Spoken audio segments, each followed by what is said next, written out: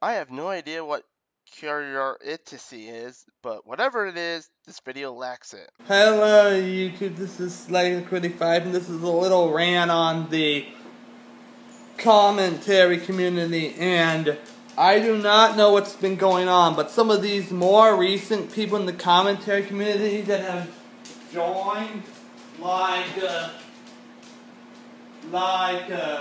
Master TP10, who is the god. And that's all I needed to hear. Good night, everybody.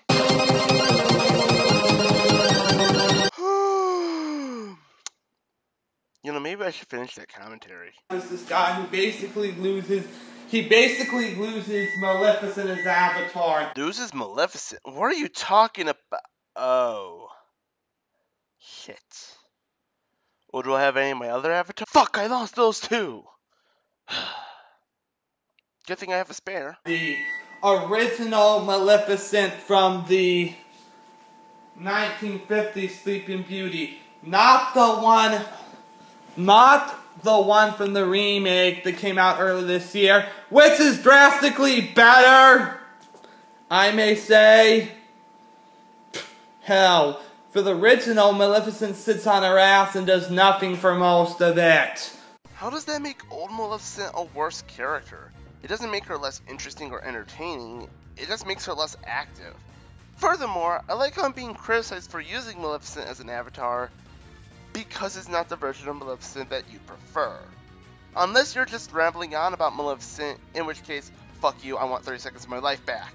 What is up with all this? And I just watched his top, like, 100 Pokemon video. That's a commentary, right? I do not know if he did this video, now I don't know if this video was made before these movies were paid for X and Y came out, but when he covered Salvi, Latios. Actually, it was just Latios. Latios comes later. There was a mega form of Celebi, Latios, on Latios, failed to mention they had mega forms. Now, two theories. Either one, that video was played before X and Y came out, or two, he hasn't played the darn game. Neither theory by themselves are true. I constructed a list prior to X and Y being released, and my opinions are based on my pre-X and Y experiences with each Pokemon, but especially with Part 4, the part Latias was in, that part came out on Easter after X and Y's release. Still, Mega Latias wasn't officially acknowledged by the Pokemon Company at the time, so why should I spoil it for people who didn't know it existed? As for Mega Celebi, Mega Celebi doesn't exist. Not to mention, he failed to mention the Suicune was a minor support character in the Celebi movie. He only saw footage of Suicune from the Zoroark movie, which they were barely in. I used footage from the Zoroark movie for two reasons. One, I still had the file on me after I did the commentary on Wave's Top 15 Pokemon Movies list. And two, I really don't care for Suicune's role in Pokemon Forever. Nor do I really care for Pokemon Forever. Oh yeah, and as for Raikou actually has done Yes, I know about the whole Legend of Thunder anime special that Raikou starred in. But two things. One, I didn't watch it at the time of recording Part 3 of Top 100 Pokemon. And two, the point I was trying to get across there was, in comparison to how often Entei and Suicune are getting pushed, Raikou's barely getting anything. Not to mention, in another video he commented on, he flat out failed where a person complains that Charizard was the most one that had 2 mega forms. He freaking failed to mention that there are 2 mega forms for Mewtwo, which are drastically different. If you're trying to call me out on never calling him out on how he said that Charizard was the only Pokemon to get 2 Mega Evolutions, I didn't call him out on it because he never said that. With the new games X and Y, and the inclusion of Mega Evolutions, Charizard was the only Kanto starter who was given 2 Mega Evolutions, while Venusaur and Blastoise were left with only 1. He said Charizard was the only Kanto starter, not the only Pokemon to get 2 Mega Evolutions. In fact, he actually did mention later on that Mewtwo got 2 Mega Evolutions. Take Mewtwo and Charizard, 2 highly overrated Pokemon. And as far as I know, they're the only Pokemon to have gotten 2 Mega Evolutions. I skipped this part in the commentary though because leaving it in would not add anything to my arguments, and I thought that taking it out would save me some trouble. Apparently I was wrong. And people get on my ass for not doing research. You said earlier that Mega Celebi was a thing. I'm agreeing with these people who are calling you out on that. Oh, and speaking of videos, what's up with some of you people on my videos have been taking the comments way too far. Like I had someone say that one of my videos was bad enough that it was going to cause a seizure.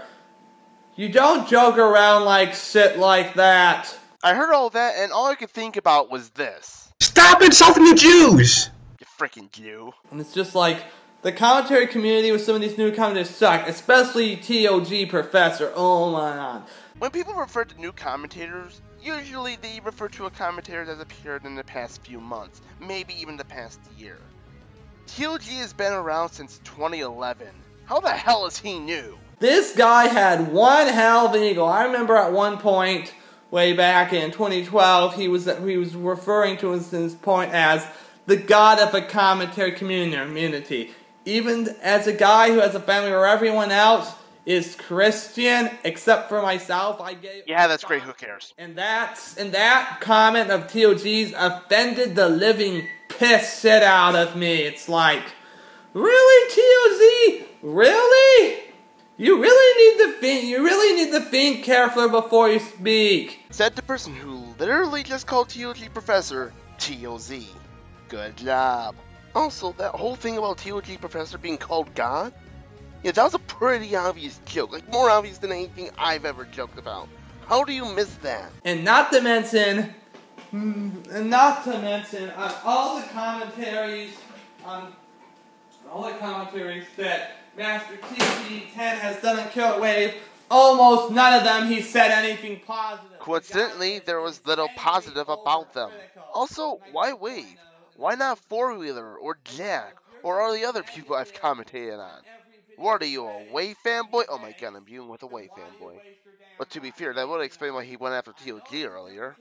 But there is a borderline between having an opinion and being a bandwagoner, which I cannot stand. Well, that would imply that Wave was a bandwagon. And correct me if I'm wrong, but I think the only person to do a commentary on Wave before me was TOG Professor, whose commentary was done months before I even started commentating. You know, you should probably take your own advice and think before you speak. It'll save some lives. What happened to the days when the commentary community people used to be better and actually were more effective? Effective? How so? Care to elaborate? What happened to the days of Pikachu OZ? What happened to the days of Youngblood rant? Are the rest of the points against the commentary community nowadays going to be like this? And also part of the reason why I'm biased is most of you damn people I cannot watch. Because of you. Oh, man. Well, that answers my question. And the fact that oh, man, and it's not bad enough that you people have been restricting that the YouTube community as a whole has been restricting what I've been able to do on YouTube for over 7 years straight. The commentary computer blows my mind. Commentary computer? I don't know how to respond to that. Like, I agree, the concept of a commentary computer is mind-blowing, but I don't know how to respond to that otherwise. Screw it, I'm ending the commentary here. The primary problem with this video is complete lack of focus.